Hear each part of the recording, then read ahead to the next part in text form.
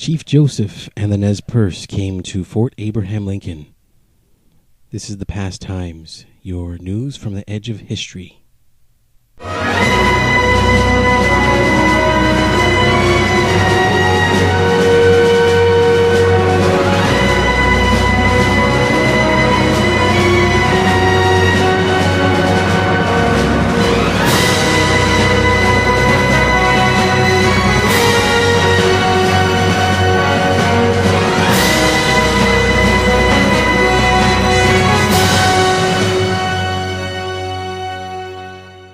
The Nez Perce, or Nimipu, the real people, as they call themselves, lived in an area that covered much of the Pacific Northwest. When the Corps of Discovery encountered them, the Nez Perce fished and harvested camas over an area that spanned parts of Washington, Oregon, and Idaho. They also hunted bison in Montana.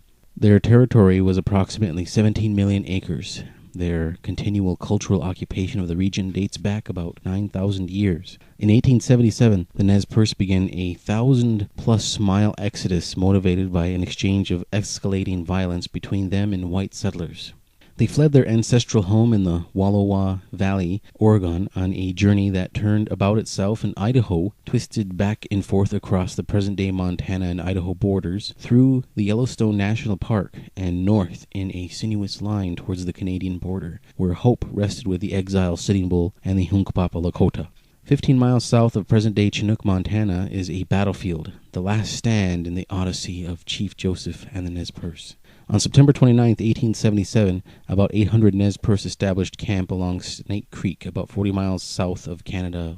At dawn the next day, Colonel Nelson Miles and the 7th Cavalry, led by a detachment of Cheyenne Indian scouts, launched a surprise attack on the Nez Perce. Both sides sustained heavy losses, but with the capture of the Nez Perce horses, the odds went to Miles. Hunger taxed the Nez Perce while cold gripped the land and froze the air. They desperately hoped that the Lakota would appear on the distant horizon, a hope that, if realized, would end in disaster for the soldiers. But the Lakota never appeared, and the Nez Perce became divided over whether to surrender or escape.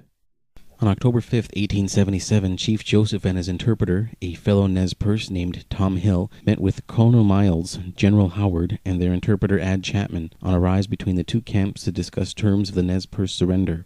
Joseph argued for safe return to the Wallowa Valley, payment for stolen land, care and food for his people, and the return of their horses and weapons. Miles promised fair treatment, a safe return to the Wallowa Valley, and immediate warmth, lodging, and food. At the end of the parley, Joseph and Tom Hill raised their hands and extended them towards the sun, indicating that from where the sun stood they would hold to the bond of surrender.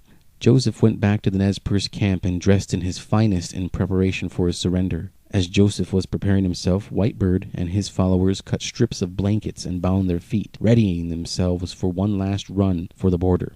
Joseph mounted one of the few horses left to his people and rode, with his gun across his knees, towards Miles. As the surrender took place, Whitebird quietly led about 150 of the Nez Perce through gullies and draws north to Canada, with Tom Hill, Joseph's interpreter. When the Nez Perce chief reached the colonel, he dismounted, strode towards General Howard, and exchanged a few words. He then approached Miles and said, "It is finished. From where the sun now stands, I will fight no more against the white man." With this said, Joseph surrendered his rifle to Miles. Of the estimated 800 Nez Perce who camped at Bear Paw Mountain, only 417 of his followers were left.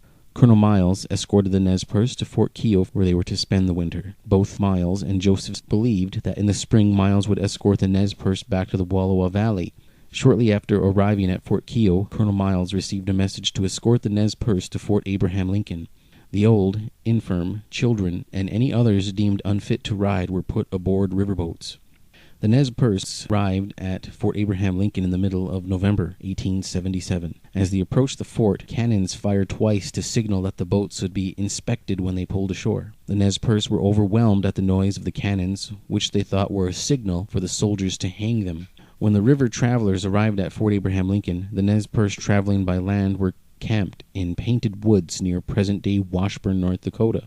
Unknown to Joseph, the Bismarck Tri-Weekly Tribune printed a piece referring Joseph to as having a figure of mind and of as gallant as a warrior chieftain as ever confessed himself fairly beaten at the game of war.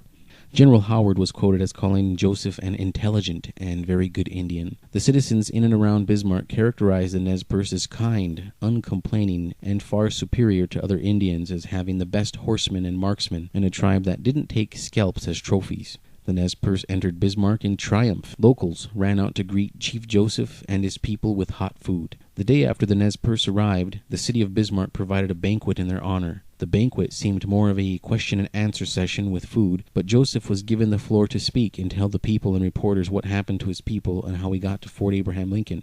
Joseph praised Miles, and Miles reciprocated. The locals of Bismarck were quite taken with the Nez Perce. A woman embraced Chief Joseph on his arrival to the city and unexpectedly kissed him. Another gave him her wedding band. At a saloon, some young Nez Perce men were playing cards. They weren't drinking, and a gunfight broke out. A bullet passed through the shirt of one of the Nez Perce men, but didn't strike him. Everybody in the saloon expected a reaction, but the young Nez Perce man responded with something to the effect of, "No harm, no foul."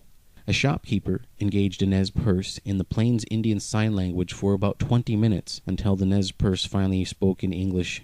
"What measure did the people of this town sell their flour?"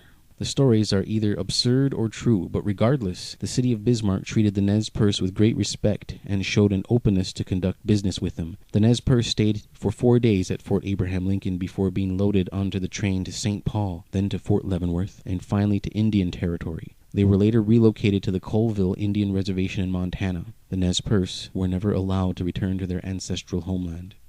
For more information about Chief Joseph and the Nez Perce, you can go to your local library and check out any number of books, but I would personally recommend Chief Joseph and the Flight of the Nez Perce by Kent Nerburn, The Untold Story of an American Tragedy.